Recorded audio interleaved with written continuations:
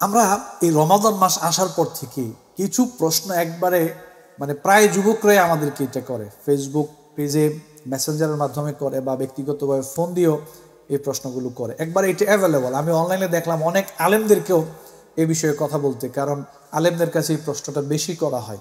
সেই প্রশ্নগুলো কি? এক নম্বর প্রশ্ন, হুজুর রোজা রেখে টেলিভিশন দেখা যাবে কিনা, মানে রোজা রেখে নাটক দেখা যাবে কিনা, সিনেমা দেখা যাবে কিনা। এটা একবার অ্যাভেলেবল এই প্রশ্নটা আমরা দেখতে পাই। আবার আরেকটা প্রশ্ন যে হুজুর এই সাহারি করার পরে কি সিগারেট খাওয়া যাবে? ধরেন আজান হয় না, আমি সাহারি খেলাম, এখন কি সিগারেট খেলে আমার রোজার কোনো ক্ষতি হবে? এই প্রশ্নটা আমাকে কয়েকজন ভাই করেছেন। সেদিন দেখলাম শেখ আহমদুল্লাহ ভাই ওনাকে বগুড়া এক মাহফিলে প্রশ্ন করেছে যে হুজুর এই ইফতারের পরে বিড়ি খাওয়া যাবে কিনা। মানে এই প্রশ্নগুলো এত বেশি করা হয় যে এই রোজা অবস্থায় আপনার সিগারেট খাওয়া যাবে কিনা, এই রোজা অবস্থায় টেলিভিশন দেখা যাবে কিনা, আমি রোজা রাখলাম আজান হয় না এখন সিগারেট খেতে পারবো কিনা, বিড়ি খেতে পারবো কিনা, অথবা কেউ কেউ প্রশ্ন করে যে হুজুর রোজা রেখে দাড়ি শেভ করতে পারবো কিনা। নানান প্রশ্ন আমরা অনলাইনে দেখি।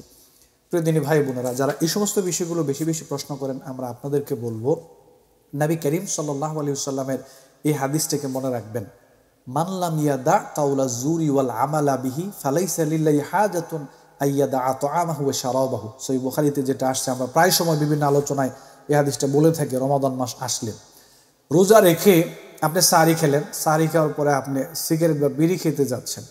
সিগারেট বা বিড়ি খাওয়া শুধু রমজান মাসের জন্য নিষিদ্ধ এরকম না, সারা জীবনের জন্য নিষিদ্ধ। সিগারেট বা বিড়ি খাওয়া এটা সারা জীবনের জন্য নিষিদ্ধ, এটা হারাম খাদ্য। রোজা রমজান মাসেও খেতে পারবেন না, রমজান মাস ছাড়াও আপনি কখনোই খেতে পারবেন না। খাওয়ার আগেও খেতে পারবেন না, খাওয়ার পরেও খেতে পারবেন না।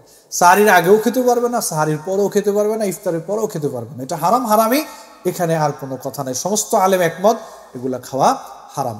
দ্বিতীয় কথা হলো, আপনি সিনেমা দেখবেন, নাটক দেখবেন, এটা রোজা রাখা অবস্থায় দেখা যেরকম হারাম, রোজা ছাড়াও এগুলা দেখা হারাম। নাটক দেখা, সিনেমা দেখা, এখানে বেগানা নারী রয়েছে, গান বাজনা রয়েছে, এগুলা দেখা যাবে না। এগুলা মানুষকে জেনার দিকে নিয়ে যায়, প্রেম ভালোবাসার দিকে নিয়ে যায়, গুনাহের দিকে নিয়ে যায়।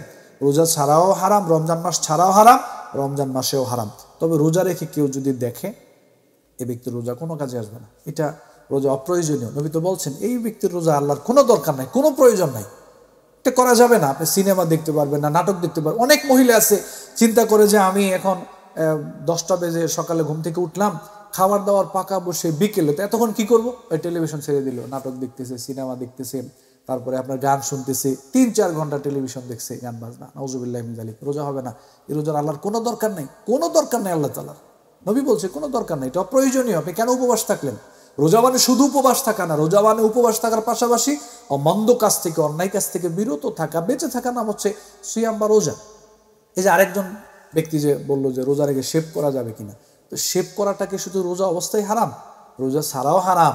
পুরুষের জন্য সর্ব অবস্থায়, সব সময়, সারা জীবন, দাড়ি উঠার পর থেকে মৃত্যুর আগ পর্যন্ত শেভ করা হারাম, এটা করা যাবে না। রোজা অবস্থায় করা যাবে না, রোজা ছাড়াও করা যাবে না। দাড়ি শেভ করা হারাম, দাড়ি শেভ করা হারাম, কোনো অবস্থাতেই এটা করা যাবে না।